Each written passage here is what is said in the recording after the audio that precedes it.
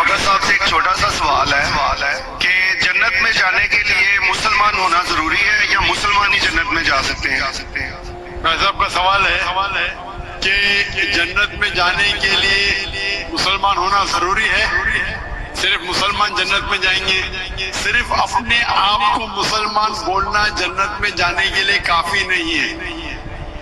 جس طریقے سے میں نے میرے تقریر میں کہا جنت میں جانے کے لیے 4 چیز کی ضرورت ہے۔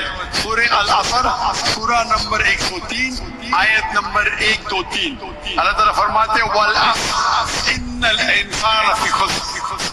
اللہ تعالیٰ وقت کی قسم کھاتے اور کہتے ہیں کہ انسان خسارے میں ہے۔ صرف وہ لوگ بچ جائیں گے جو لوگ کے پاس یہ 4 چیزیں۔ نمبر 1 ایمان۔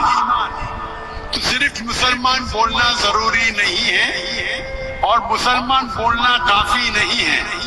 آپ کے پاس نمبر 1 ہونا چاہیے ایمان۔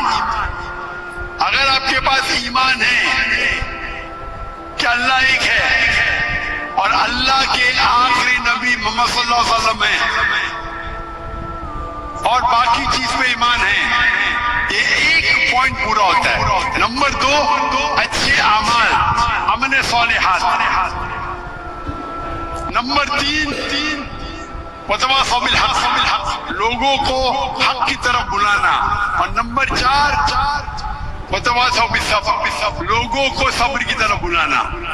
تو اس آیت سے ہمیں پتہ لگتا ہے کہ جو آدمی، جو انسان اللہ کے علاوہ دوسرے اور کی عبادت کرتا ہے وہ غلط ہے، وہ جنت میں کبھی بھی نہیں جائیں گے۔ اور یہ ساری کتابوں میں لکھا ہے، ساری مذہبی کتابوں میں، چاہے بائبل ہو، اولڈ ٹیسٹمنٹ ہو، نیو ٹیسٹمنٹ ہو، دھما پڑھ ہو، بدھسٹ کی کتاب ہو، وید ہو، سارے میں لکھے ہیں۔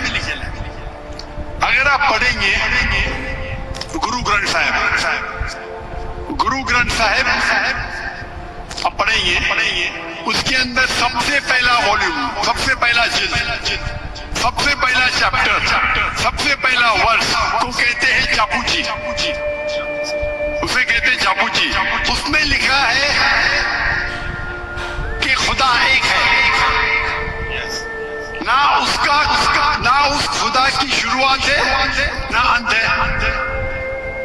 وہ خالق ہے، وہ مالک ہے